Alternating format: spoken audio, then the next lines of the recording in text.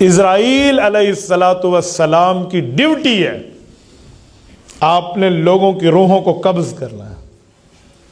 کہتے ہیں اسرائیل کے لیے لوگوں کی روحوں کو یوں مسخر کر دیا گیا ہے جیسے پلیٹ میں ایک بندے کے سامنے دال کے دانے رکھ دیے جائیں، وہ جس کو چاہے اٹھا لے، اس کو کوئی سفر نہیں کرنا پڑتا.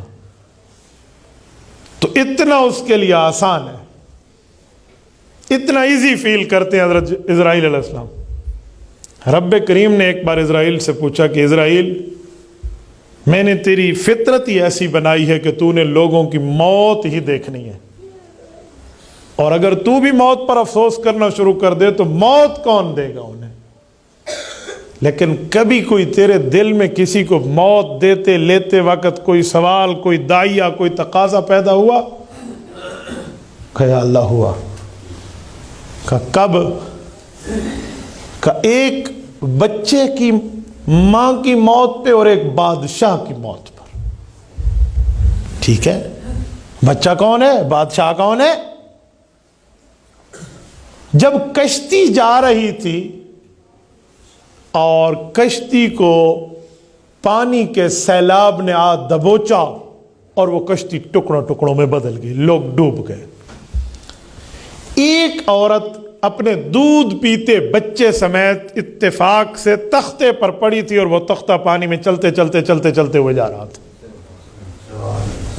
اس عورت کے پاس بھی کشتی نہیں ہے، کوئی چپو نہیں ہے جس کے ذریعے یہ اپنی کشتی کو چلا لے گی،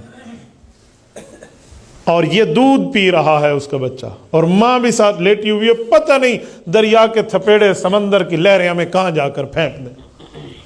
آپ نے حکم فرمایا جاؤ اور اس دودھ پیتے بچے کی ماں کی روح قبض کر لو.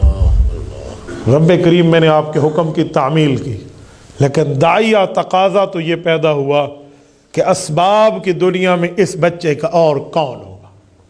دونوں کی روحیں نکال دی جاتی تو ایک تسلی کی بات تو بظاہر انسانی فطرت پہ بن رہی ہے،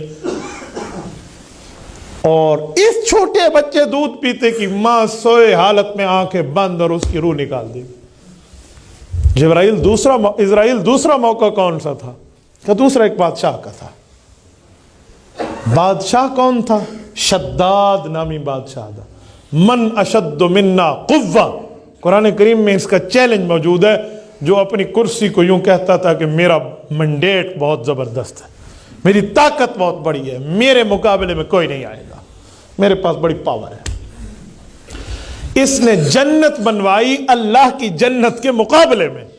لوگوں کا خدا کی جنت میں جاتے ہو، آؤ میں تمہیں جنت بنوا کے دیتا ہوں، اور جنت میں ہر قسم کی نعمتیں، ہر قسم کے پھل فروٹ، ہر قسم کی فیسلٹی، ایک ایک چیز کی سہولت دی، اور واقعی وہ جنت ہی تھی. اور میرے ماننے والے اس میں آئیں گے. کتنا عرصہ لگا؟ اجی 300 سال کا زمانہ لگا جب تک اس کی جنت تیار ہو رہی تھی.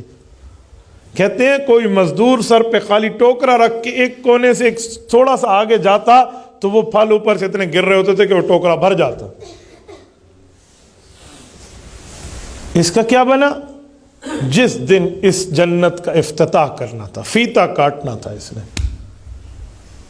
اس دن یہ آیا افتتاح کے لیے مجمع جمع، اور جنت کا افتتاح کرنے کے لیے کینچی سے گویا فیتا کاٹ رہا ہے. فیتا تو نہیں تھا اس زمانے کا، میں ایک مثال دے رہا ہوں. یعنی اس طرح جیسے افتتاح ہوتے ہیں، گویا ابھی اس نے فیتا کاٹا ہے اور ایک پاؤں اندر رکھا ہے، ابھی ایک پاؤں باہر ہے.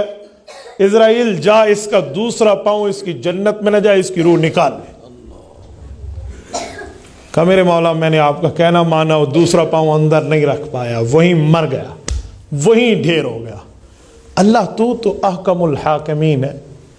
ٹھیک ہے تیرا دشمن تھا، ٹھیک ہے منکر تھا، ٹھیک ہے وہ کافر تھا، لیکن اپنی محنت کا بدلہ اپنی آنکھوں سے دیکھ لیتا، اندر جا کر وہ قبض ہو سکتی. ایک داعیہ پیدا ہوا، لیکن رب کا حکم تھا، مان لیا گیا. اسرائیل بہت ہو گیا کہ جی میری یہی بات تھی، بہت ہو گئی. کہا یہ شداد وہی تختے پہ سویا ہوا شیرخوار بچہ تھا جس کی ماں کی روح تو نے نکالی تھی. اسے میں نے کہاں سے کہاں تک لایا، کیسے کیسے اس پہ انعامات رکھے، کیسے کیسے اسے زندگی کے تکلیفوں سے بچایا، اور اسے ہر طرح کے معاملات میں یوں خوبصورت بنایا کہ یہ اتنی قوت میں آیا کہ بادشاہ بن بیٹھا. ایک تختے پہ چلنے والی جس کی ماں فوت ہو گئی اور کوئی وہاں رکھوالا نہیں تھا، حق تھا شکر پہ سر سجدے میں رکھتا، کوئی اللہ کا شکر بجا لاتا. اس نے authority of the God challenge کر لی، اللہ کی قوت کے مقابلے میں آ گیا اور رب العزت کا نافرمان بنا. آؤ یہ معاملہ ہو گیا.